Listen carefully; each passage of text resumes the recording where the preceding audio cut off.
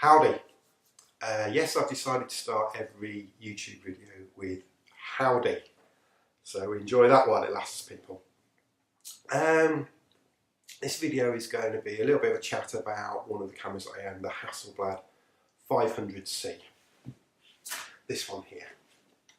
So it's a medium format camera.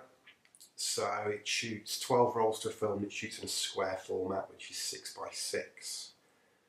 I've got a number of lenses for it. There's this one that's on at the moment, which is the 80mm f2.8 plannar, which is a fantastic lens. It's about 50mm equivalent focal length. I've got a 150 f.4 Sony, which is a lovely portrait lens, and I've got a Distagon 50mm 1.4 battered, but still functions perfectly.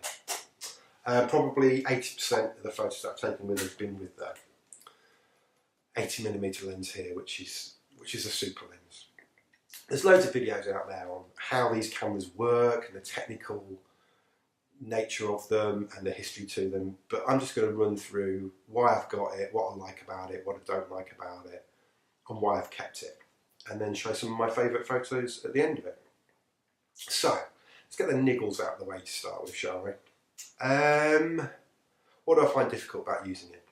Well, using this camera is you have to learn a whole new process to use this camera to some degree. One, you are framing up a shot mainly at waist level, looking through the ground glass here, and there's no mirror in it. So the image is reversed. So when you are framing something up and you're trying to move the camera around to get where you want, you're having to move in the opposite direction to what your muscle memory is telling you, because the image is reversed in here. So that can take a good while to get used to.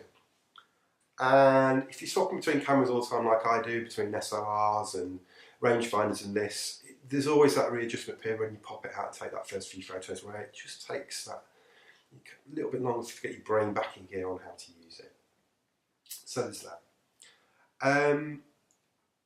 There's no light meter in it, so when you see something that you like, you've got to meter it. So I either use an app on my phone, or if I'm carrying another camera with me, use that to do it. So that can slow the process down. What else? You've got to remember to take the dark slide out. So countless times I've tried to take a photo and realise the dark slide is still in. I've either missed it or it's taken me a little bit longer. So all those things mean it's going to take you a little bit longer to take a photograph with, and to get used to just getting to grips with it, really. They're not cheap cameras.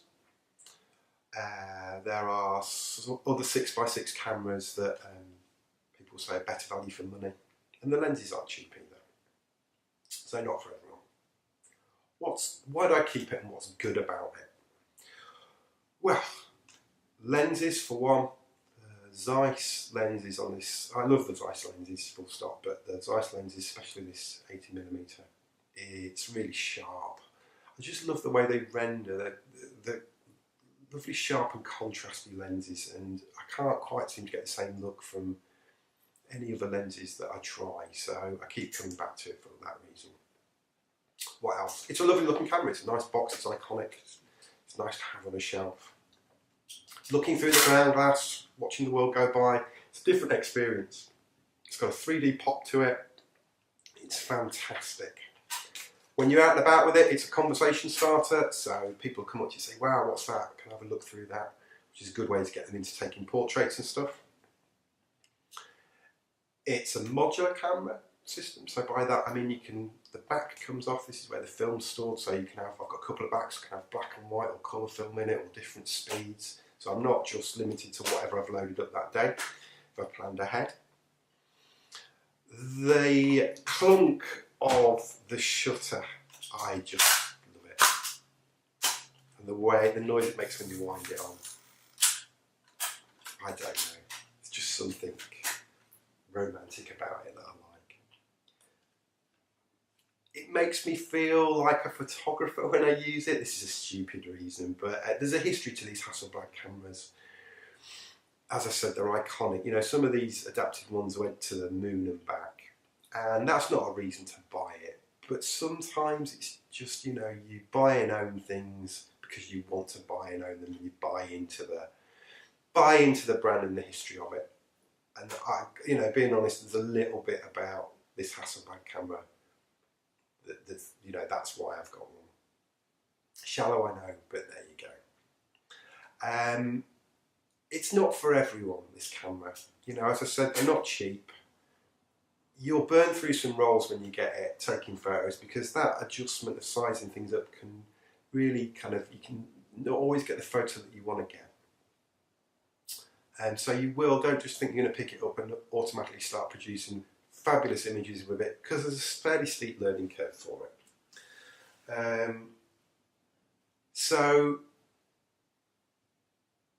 There are other alternatives for 6x6 cameras out there. This isn't the only one, but I'm keeping this, and I'll show you some photos now, which are my favourite photos, and probably a lot of the photos I've got printed in the house are from using this camera. So even though I find it frustrating to use and it's time consuming, I keep coming back. A lot of those images are just my favourite ones that have ended up on my wall in frames. So I hope you like them too. And bye for now.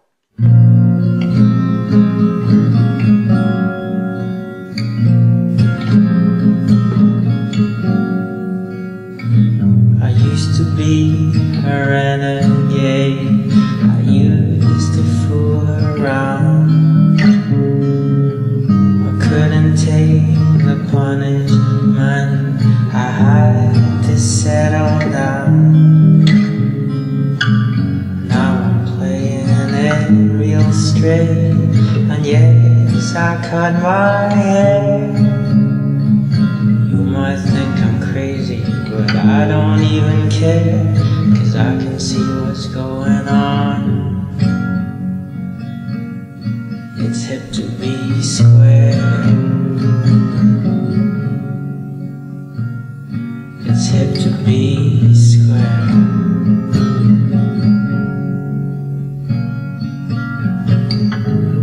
I like my bands and business suits. I watch them on TV. I'm working out most every day and watching what I eat. They tell me dieting's good for me, but I don't even care. I know that it's crazy, I know that it's nowhere. There is no denying that. It's hip to be square. It's hip to be square. It's hip to be square.